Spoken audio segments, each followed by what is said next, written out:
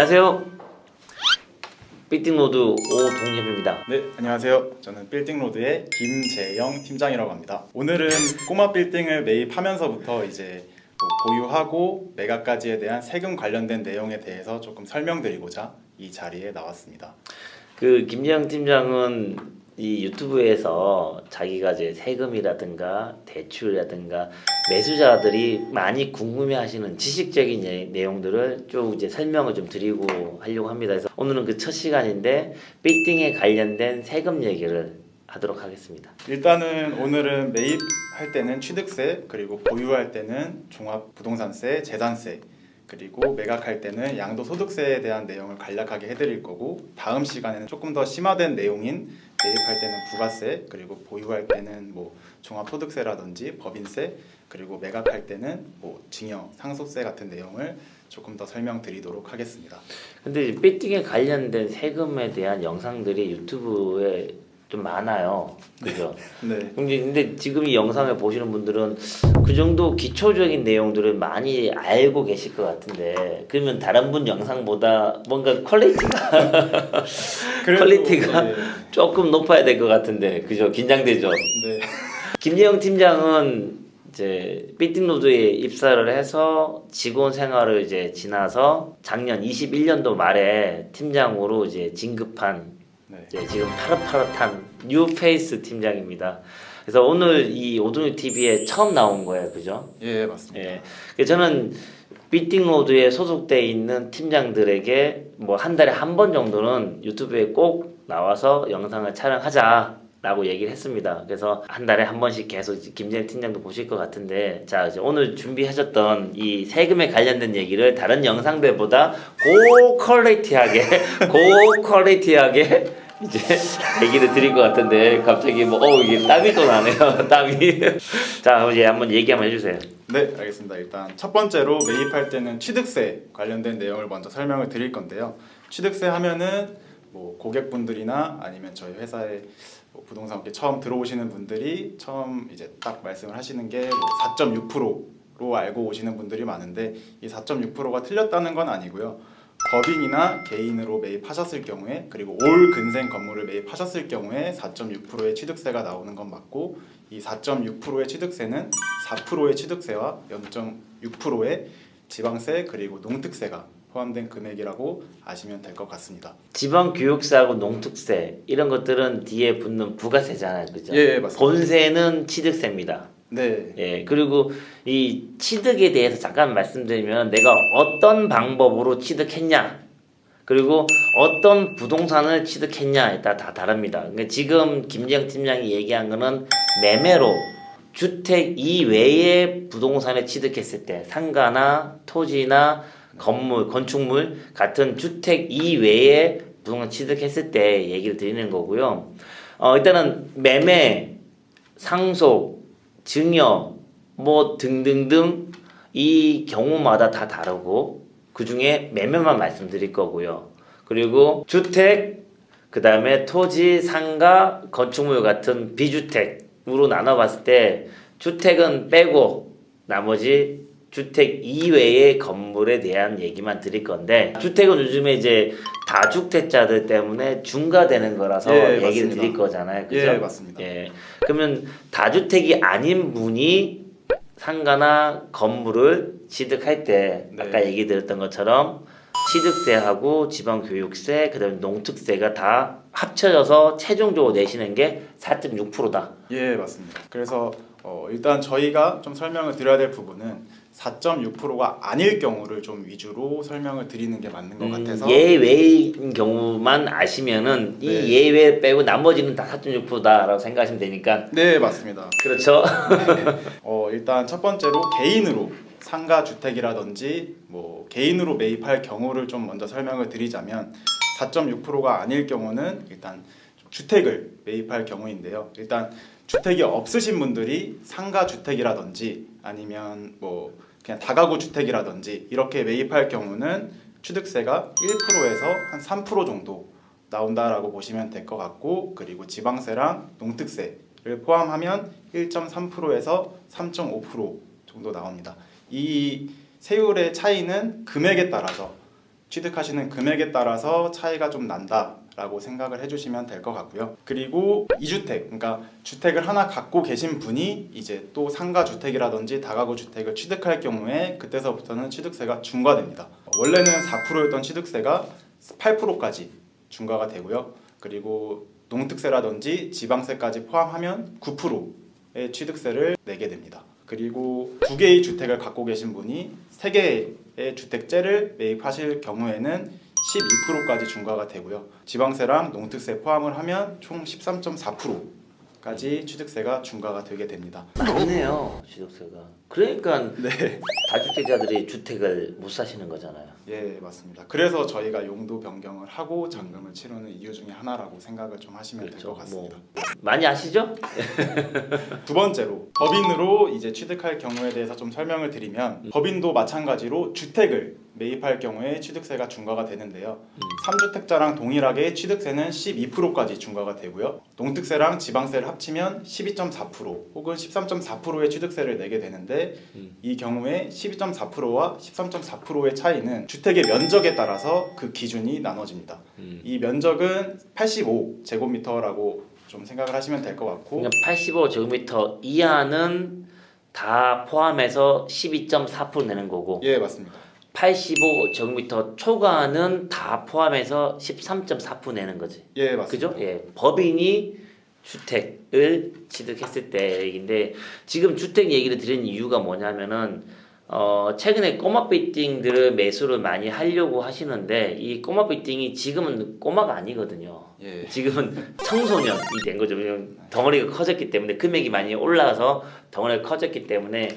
그러면 어쨌든 예전에 꼬마 빌딩 가격으로 건물을 살려고 하다 보면은 더 안쪽으로, 조금 더 이면도로 안쪽으로 들어가야 되는데, 이면도로 안쪽에 있는 것들은 올 근생보다는 아래쪽에는 근생이고 위에는 주택인, 말 그대로 상가와 주택이 같이 있는 협용주택 또는 상가주택이라고 표현하는 매물들이 많이 있습니다. 그러면은 그 위에 있는 주택은 주택대로 취득세 내야 되고, 밑에 상가는 상가도 내야 되는데, 그걸 주택인 상태에서 매입하게 되면은, 잔금을 치러서 소유권 이전받게 되면은 취득세를 이제 주택에 해당되는 퍼센테이지를 내야 되기 때문에 지금 주택 얘기를 계속 드리고 있는 거잖아요. 그죠? 예, 맞습니다. 예, 자, 결론은 법인이 85제곱미터 이하면은 12.4%, 네, 법인이 85제곱미터 초과면은 13.4% 낸다, 취득세를. 네, 맞습니다. 그리고 또 하나 법인으로 이제 매입할 경우에 좀 조심해야 될, 그리고 중과가 되는 경우가 있는데요. 이거는 3가지 조건이 모두 만족해야지 중과가, 세 가지나 있어.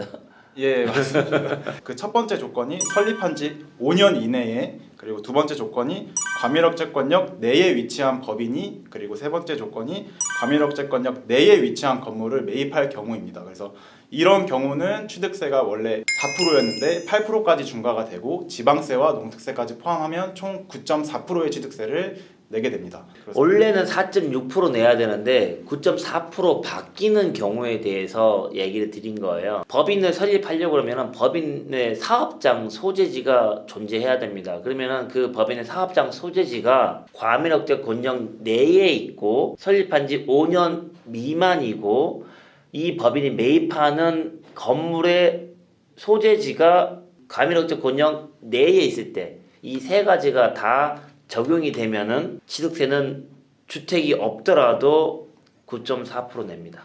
그 중에 하나라도 어긋나면은 네, 중과가 안 되죠. 네, 맞습니다. 그래서 5년이 넘거나 사업장 소재지가 과밀억제권역 바뀌거나 매입하는 건물이 과밀억제권역 밖에 있는 건물을 매입하거나, 요 것들만 기억하시면 될 것 같습니다. 건물을 매입하실 때는 주택이 아니거나, 아니면 주택이어도 용도 변경을 하셔서 매입을 하시거나, 방금 대표님께서 설명하셨던 법인의 소재지를 이제 과밀억제권역 외에다 설립을 하시거나, 아니면 과밀억제권역 외에 있는 건물을 매입을 하셔야 취득세가 중과가 안 되고 잘 아시는 4.6%를 내게 됩니다. 그래서 최근에 TV나 언론에도 많이 나왔잖아요. 그죠? 네. 과밀억제권역 밖에 법인을 설립해서 뭐 빌딩을 취득하는 경우가 많다. 이게 뭐 편법이냐 불법이냐 아니면 뭐 등등등 얘기가 나오는데, 뭐 제가 볼 땐 불법은 아니고요. 그죠? 네. 뭐 사업장 소재지야 그 법인을 설립하시는 대표자가 뭐 선택하는 거기 때문에 어쨌든 이 취득세를 피하면서 빌딩을 매입을 하고 빌딩 임대업을 하시려고 하시는 분들은 그런 방법도 많이 이제 쓰고 계시는 거죠. 그죠? 네. 자, 그러면 이제 취득세에서 취득세 끝났나요? 예. 자, 그럼 이렇게 이제 취득을 하면서 매입했- 건물을 매입했습니다. 근데 취득세 내는 시기가 언젠가요? 취득세는 취득일로부터 60일 이내에 이제 내야 합니다. 근데 취득일이란 잔금일이나 아니면 등기일 둘 중에 더 빠른 날을 취득일이라고 합니다. 그러면 내가 뭐 취득을 하고 난 다음에 60일 이내에 취득세 내면 된다라고 해서 60일까지 이제 두고 계시는 분들이 있어요. 근데 실제적으로 잔금날 소유권 이전을 하기 위해서 등기소에 가서 등기서를 접수할 때 그때 취득에 관련된 취득세 완납 필증을 같이 첨부해야 됩니다. 그죠? 네. 그래서 쉽게 생각하시면은 그냥 잔금날에 또는 내가 등기 이전에 받기 위해서 등기소에 접수하는 날 난 무조건 취득세 내야 된다 라고 생각하시면 됩니다. 보통 잔금날에 등기소에 많이 가시거든요. 왜냐면은 대출을 받는데 대출을 받는 그 대출을 해주는 은행에서도 근저당 설정을 해야 되잖아요. 대출을 돈을 빌려줬으니까 뭐라도 잡아놔야 되잖아요. 그죠? 그러면은 그날 돈을 빌려주는 날 무조건 설정을 해야 됩니다. 그럼 나는 돈을 빌려가지고 매도자한테 매도 대금을 주는 거잖아요. 그러면은 잔금날에 돈을 주는 매도자한테 주는 그날에 난 등기를 해야 되고 내가 등기한 다음으로 은행에서도 근저당 설정을 해야 되고 그러면 당연히 현실은 잔금날입니다. 자, 취득세는 이 정도면 될 것 같고요. 혹시 취득세에 대해서 저 자세하게 또 뭐 아니면은 궁금한 게 있으시면은 댓글 남겨주시면은 저희가 답변 드리도록 하겠습니다. 자, 그럼 이제 내 거 됐어요. 내금이 됐어요. 그죠? 네. 그럼 그 다음에 이제 보유하고 있는 기간 동안에 내야 되는 보유세인데 네. 이 보유세는 재산세와 종부세 이 두 가지로 볼 수 있는데요. 이 재산세와 종부세 모두 다 6월 1일 기준으로 소유주분이 납부를 하게 됩니다. 만약에 5월 말일 기준으로 잔금을 치렀다라고 하면 매수자분께서 재산세와 종부세를 내야 한다면 종부세까지 납부를 하시게 되는 거고, 만약에 뭐 6월 달에 6월 내에 잔금을 치렀다라고 하면 매도자분이 이제 종부세라든지 재산세를 납부하게 됩니다. 이랬을 경우에 이제 재산세는 건물분이랑 토지분이 있는데요. 이제 건물분은 7월 달에 납부를 한다라고 보시면 될 것 같고, 그리고 토지분은 9월 달에 납부를 한다라고 생각을 좀 해주시면 될 것 같습니다. 아파트는 7월 달에 2분의 1 내고 9월 달에 2분의 1 내면서 7월 달하고 9월 달에 같은 금액을 내는데, 이 빌딩 같은 경우는 지금 김재영 팀장이 얘기했듯이 7월 달에 건축물에 대한 재산세 내고요. 9월 달에 토지에 대한 재산 내다 보니까 9월 달에 내는 재산세 금액이 좀 더 크죠. 네. 뭐 그 정도만 알고 계시면 될 것 같고, 이 재산세야 뭐 내가 내고 싶다고 해서 내는 게 아니라 고지서에 적혀 있는 금액대로 내는 거니까 네. 고지서 받으시고 에이씨 그리고 이제 세금 내시면 됩니다. 아 참 요 얘기도 드리고 싶어요. 이게 세금 관련된 얘기가 아니라 보통 제가 중개를 하다 보면은 매수자분이 이제 매입을 하고 난 다음에 세금을 얼마를 낼지를 궁금해 하시기 때문에 매도자한테 이 건물에 대한 뭐 재산세가 얼마 나오냐라고 물어보시는 경우들이 꽤 많아요. 근데 그걸 만약에 그 매도자분이 법인이든 개인이든 가지고 있는 부동산이 이 건물 하나밖에 없다라고 하면은 뭐 알 수 있죠. 그죠? 딱 금액을. 근데 그 매도자분이 뭐 부동산을 이 매도하는 건물 외에 뭐 다른 건물도 가지고 있고 다른 상가도 가지고 있고 뭐 다른 뭐 어떤 토지도 가지고 있다. 그러면은 이게 다 합산돼서 나와요. 그래서 딱 그 중개하는 거래하는 빌딩만 재산세를 파악할 수 없는 경우들도 흔히 있습니다. 그래서 매수자분들이 그걸 잘 모르시는 분들은 왜 재산세 안 알려주냐 예. 라고 이제 많이 이제 얘기하시는데, 뭐 그런 차이가 있다라고 생각하시면 될 것 같고, 강남구 지역에 흔히 뭐 매매가로 한 70억, 80억 정도 되는 건물을 21년도에 재산세, 건축분, 그 다음에 토지분 다 해서 한 1,200~1,300에서 한 1,500 정도 사이에 내신 걸로 제가 알고 있습니다. 그래서 강남에서 70억, 80억 정도 하는 것들은 한 300 정도 낸다? 평균 잡아서 이 정도 생각하시면 될 것 같아요. 네. 아이고. 아 이건 좀 제가 그냥 네. 약간 오차 범위 냈습니다. 근데 이 정도라도 좀 알고 계시면 알았어, 정말 말 끊지 말라고. 눈빛이 아닙니다, 눈빛이 아닙니다. 내가 얘기해서 말 끊으니까 흐름이 아닙니다. 끊기잖아 뭐 이러는데 저도 좀 확실하게 잘 넘어가겠습니다. 이게 말 끊지 말라고 하니까 말 안 끊을게요. 그러면 이제 종부세에 대해서 좀 설명을 드리도록 하겠습니다. 종부세는 과세 대상이랑 그 다음에 과세 기준 금액에 대해서 좀 설명을 좀 드릴 텐데요. 일단 주택은 6억이고요. 그리고 1가구 1주택일 경우에는 11억까지가 이제 종부세 면제 한도라고 보시면 될 것 같고, 종합합산 토지는 5억, 그리고 별도 합산 토지는 80억입니다. 저희가 대부분 매입하고 보유하게 되는 상가 건물은 과세 대상이 별도 합산 토지로 들어가기 때문에 별도 합산 토지가 공시가 기준으로 80억 이상일 경우에 종합부동산세를 납부하게 됩니다. 아 갑자기 복잡해지지. 별도 합산하고 뭐 등등등 얘기하니까 뭐 복잡하시죠, 그죠?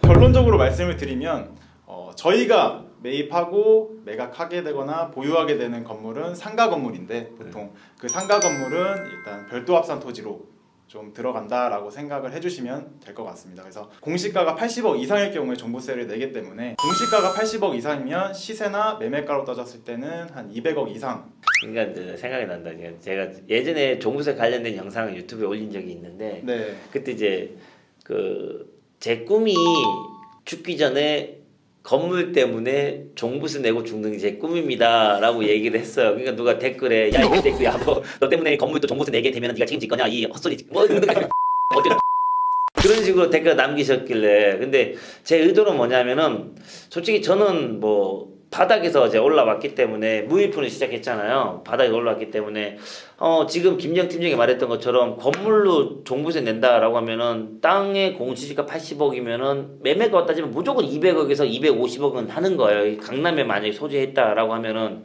그러면은 그 정도 건물을 갖고 있는 상태에서 종부세 내는 그 세금은 아깝죠. 뭐 부자도 뭐 세금 내다 보면 그 돈이 뭐 생돈 나가는 게 아까운데 그 정도 성공했다라고 하면은 제 묘비에 동료비 잘 살았네, 성공했네 라고 남길 수 있지 않을까 네. 싶어서 제가 얘기 드린 거니까 혹시나 오해하지 마십시오.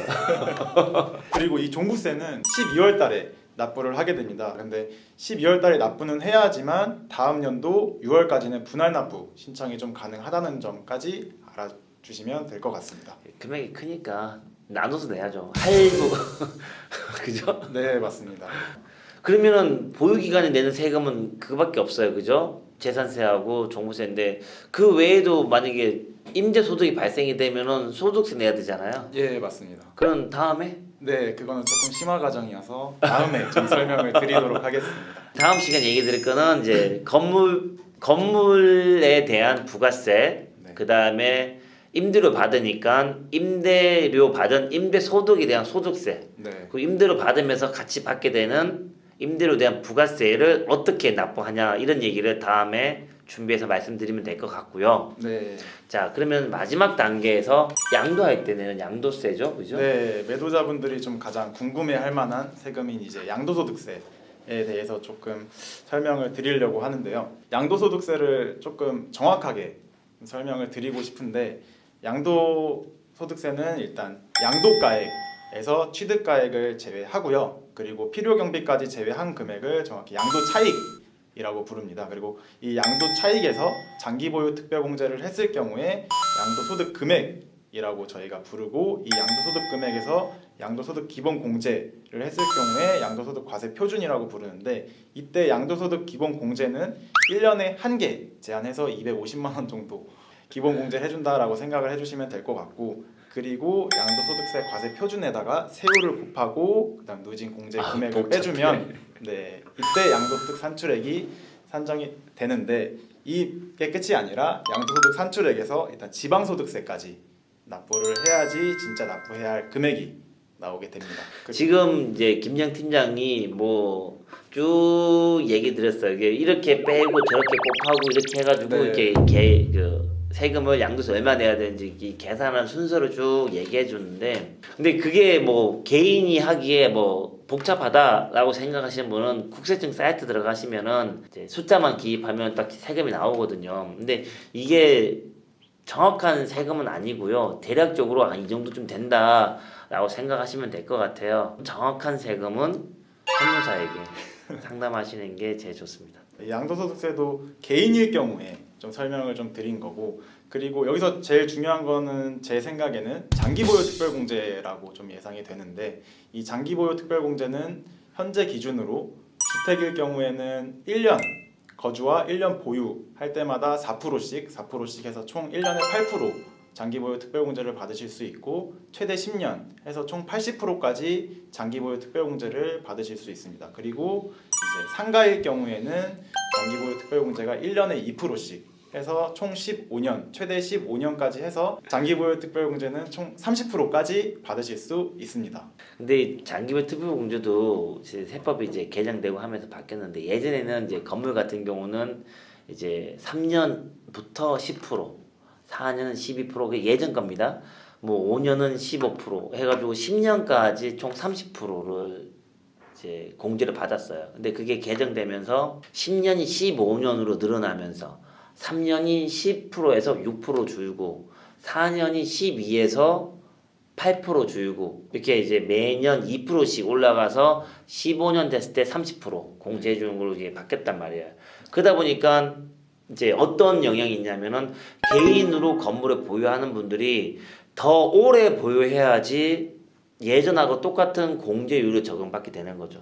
그래서 개인으로 보유했을 때가 세금적으로 더 안 좋아졌다라고 네. 생각하시면 됩니다. 그게 최근에 법인으로 매입을 하시는 경우에 이게 법인으로 매입하는 이유가 여러 가지 있는데 그 중에 한 5번째 정도 된다고 보시면 됩니다. 양도소득세는 이렇게 개인으로 양도하셨을 경우에는 이렇게 내게 되고, 이제 개인이 아닌 법인으로 양도를 하셨을 경우에는 양도소득세가 아닌 법인세로 납부를 하게 됩니다. 단어가 달라지는 거죠, 그죠? 네, 맞습니다. 예. 그래서 법인세는 뭐 세율을 좀 말씀을 드리자면 2억까지는 10%, 그리고 2억서부터 200억까지는 20%, 그리고 200억서부터 3천억까지는 22%, 그리고 3천억 이상서부터는 25%의 세금을 납부하게 됩니다. 일단 예. 3천억 뭐 얘기하면은 솔직히 이 영상 보시는 분 중에 네. 3천억 정도의 법인 수입을 이제 가져가시는 분들은 아마 안 보실 거기 때문에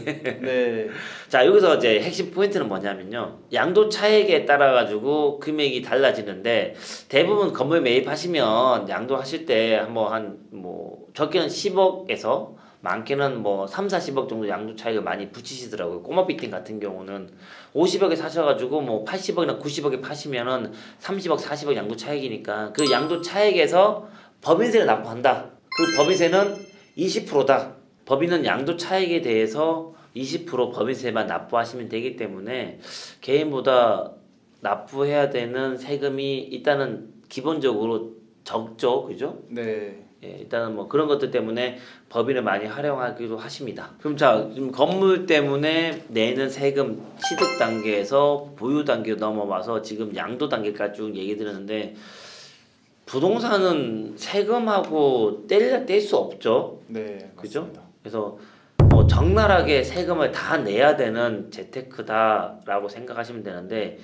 또 요걸 잘 이용하신 분도 계세요. 그게 뭐냐면은 애매하게 상속이나 또 애매하게 증여가 되는 경우가 있습니다. 근데 뭐 세금을 납부를 하면서 그것들을 다 증명했기 때문에 나중에 뭐 5년, 10년 후에 세무서에서 세무조사라든가 이런 것들을 하면서 다 증명해라 라고 할 때 그때 냈던 세금 기록 다 뽑으면은 난 그때 이렇게 뭐 증여받거나 이렇게 하면서 세금 다 냈다 라고 하기 때문에, 그런 것도 하나의 어떤 나중을 생각했을 때 다 증거자료 남겨놓는다 라고 생각하시는 분도 꽤 많이 있는 편입니다. 여러분들이 돈을 아주 많이 버셔가지고 이 돈을 어떻게 나는 물려줘야 될까, 물려줘야지 이렇게 고민하실 때 많이 물어보시더라고요.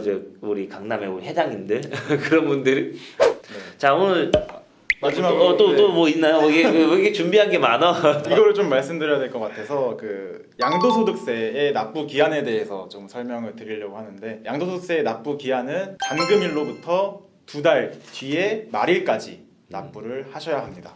그러면 지금 만약에 2월 20일에 양도를 했다라고 네, 하면은 언제까지 납부하면 됩니까? 4월 말일까지 그렇죠. 납부를 하셔야 합니다. 2월에서 두다 보니까 4월에 네, 말일. 네, 그리고 또 이 양도세도 개인 같은 경우는 분납이 되죠. 네, 맞습니다. 예, 그래서 뭐 두 번 이렇게 나눠서 네, 또 이제 분납으로 내실 수 있습니다. 그런 것들은 세무사와 상담하시면 될 네. 것 같습니다. 그 저희가 비팅 중개를 하다 보니까 고객분들이 많이 물어보셔가지고 뭐 취득세, 보유세, 양도세에 대해서 어느 정도는 일반인들보다는 많이 알고 있습니다. 그렇지만 진료는 의사에게, 약은 약사에게, 세금은 세무사에게, 매입과 매도는 중개사에게 문의하시는 게 제일 맞을 것 같습니다. 자, 오늘 영상 긴 시간이었는데 들어주신다고 너무 고생하셨습니다. 그죠? 네. 그리고 또 김영 팀장이 오두뉴 TV에 처음 출연했는데 네. 뭐 많이 준비했어요. 그죠? 본인도 공부하는 겸 해서 뭐 겸사겸사 준비를 해서 여러분들에게 소중한 정보를 좀 알려드렸는데 마지막으로 시청자분들에게 한마디 하시죠.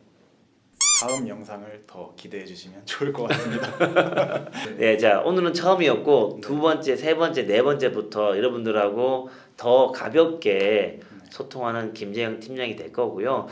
또 김재영 팀장에게 뭐 상담을 받고 싶다거나 또는 김재영 팀장과 뭐 진행을 한번 해보고 싶다고 하시는 매도자분과 매수자분이 계시면은 여기 어느 쪽인가 이쪽이구나 이쪽 여기에 있는 번호로 여기 있는 번호로 연락 주시면 될 것 같습니다. 자 오늘 영상 이만 마치도록 하겠습니다. 감사합니다.